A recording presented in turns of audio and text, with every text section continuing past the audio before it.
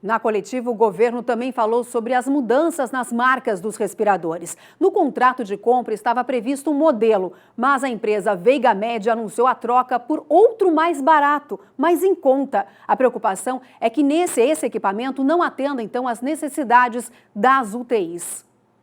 Você já deve ter notado. Para encher um balão, a primeira soprada para expandi-lo completamente é a mais difícil. Exige mais pressão. Depois, isso fica mais fácil. Essa pressão necessária para inflar ou esvaziar é o que os médicos chamam de mecânica respiratória.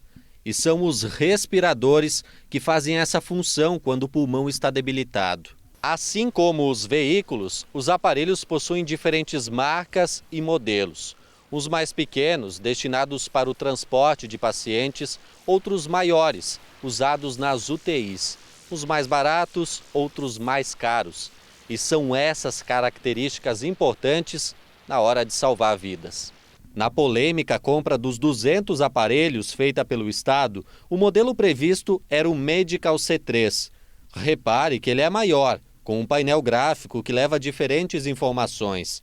Mas a empresa que venceu anunciou a troca por esse, mais barato, o Shangri-La 510S, quase metade do preço. O mesmo que médicos britânicos desaprovam. Segundo os especialistas, o equipamento não é adequado para uso em UTIs e pode levar pacientes à morte devido à baixa capacidade. A única diferença para o modelo adquirido em Santa Catarina é que o respirador tem uma mini estação acoplada, uma adaptação que permitiria ele ser usado em UTIs.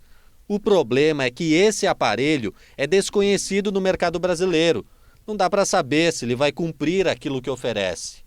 Pelo panfleto, os dois conseguiriam atingir padrões de ventilação mecânica protetores para pacientes graves. Se eles atingem mesmo na prática, fica o questionamento. A gente tem que ver eles operando, né? O que nós precisamos esclarecer é que não é qualquer ventilador mecânico que poderá ser utilizado para os pacientes do Covid-19. São aparelhos complexos. A Associação Catarinense de Medicina já se mostrou contrária ao uso do equipamento em UTIs. Basicamente, o que se recomenda é que não sejam utilizados esse tipo de equipamento de uma forma contínua numa unidade de terapia intensiva. Eles são próprios apenas para utilização temporária em uso em transporte. Enquanto a vinda dos aparelhos ainda é incerta, o Controlador-Geral do Estado pediu uma avaliação técnica sobre esse respirador.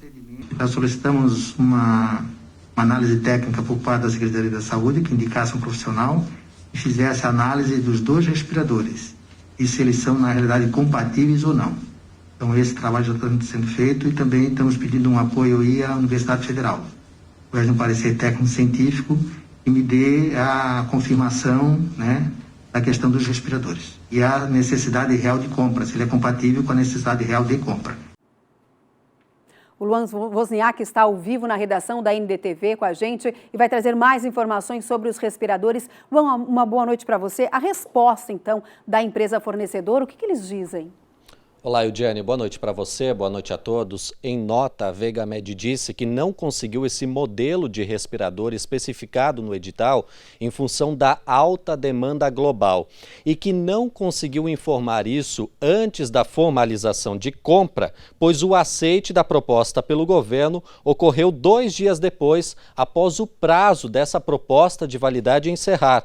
Mesmo assim, a Veiga Med diz nessa nota que tentou negociação com outra empresa que tinha um equipamento bem semelhante a esse especificado no edital, o C35. A Secretaria de Estado da Saúde, segundo a Veiga Med, teria sido informada sobre a possibilidade de adquirir esse equipamento equivalente e deu ok para a aquisição de compra. Mas no dia 10 de abril, a própria secretaria, segundo a Veiga Med, teria recusado essas máquinas, alegando engano. A solução, segundo a Veiga Med, para honrar o fornecimento, foi redirecionar os ventiladores invasivos da marca Shangri-La, que estavam num processo de compra há mais ou menos 2 meses para o mercado privado e que agora foram redirecionados aqui para o Estado. A Veigamed disse ainda que pagou todas as taxas de importação e que 50 desses ventiladores estão em um aeroporto da China desde o dia 27 de abril, aguardando a liberação alfandegária. Segundo a Veigamed, esse problema está fora do controle da empresa. E o Diane? Obrigada, Luan. Daqui a pouco eu volto a conversar com você. E agora a gente segue falando da pandemia do novo coronavírus com o Paulo Alceu. Paulo Alceu, boa noite para você.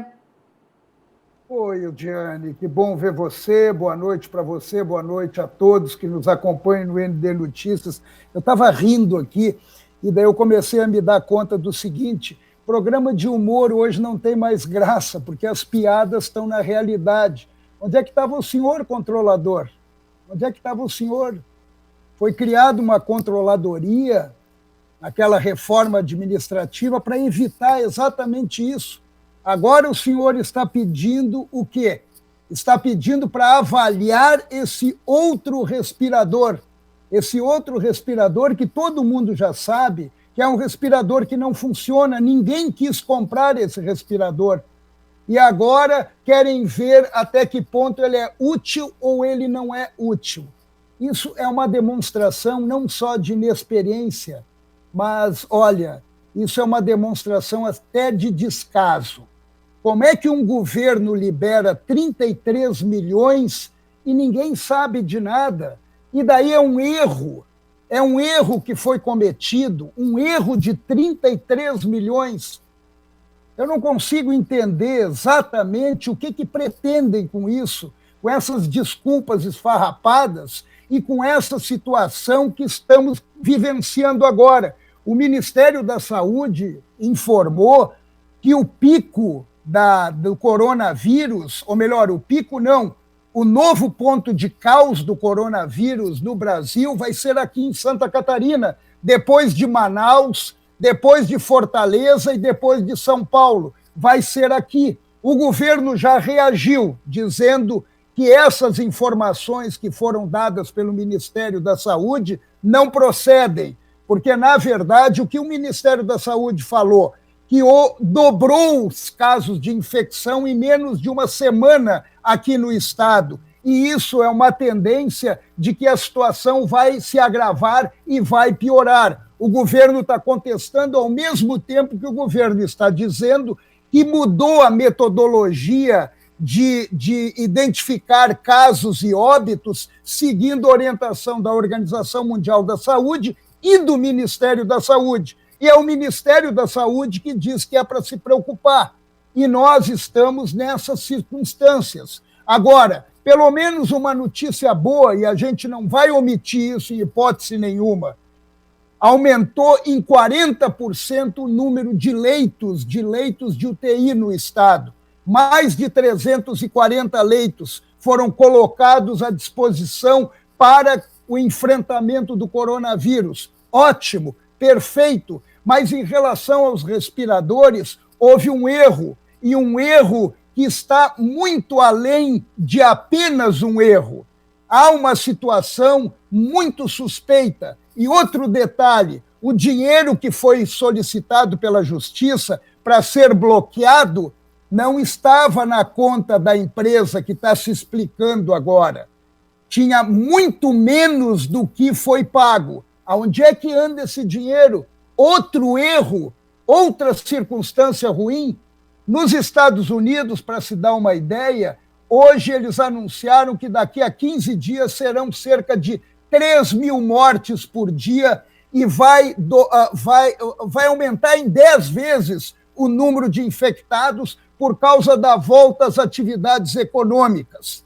Aqui nós temos que repensar, nós temos que fazer um planejamento, embora nós temos um governador, o governador Moisés, que está isolado na agronômica desde que assumiu. Ele fica lá dentro, é lá que ele trabalha, é lá que ele dorme, é lá que ele come, é lá que ele recebe todo mundo. Então, de isolamento entende? Então vamos começar a entender melhor o que está acontecendo. Depois que a porta foi arrombada, querem colocar o cadeado. Daí não funciona.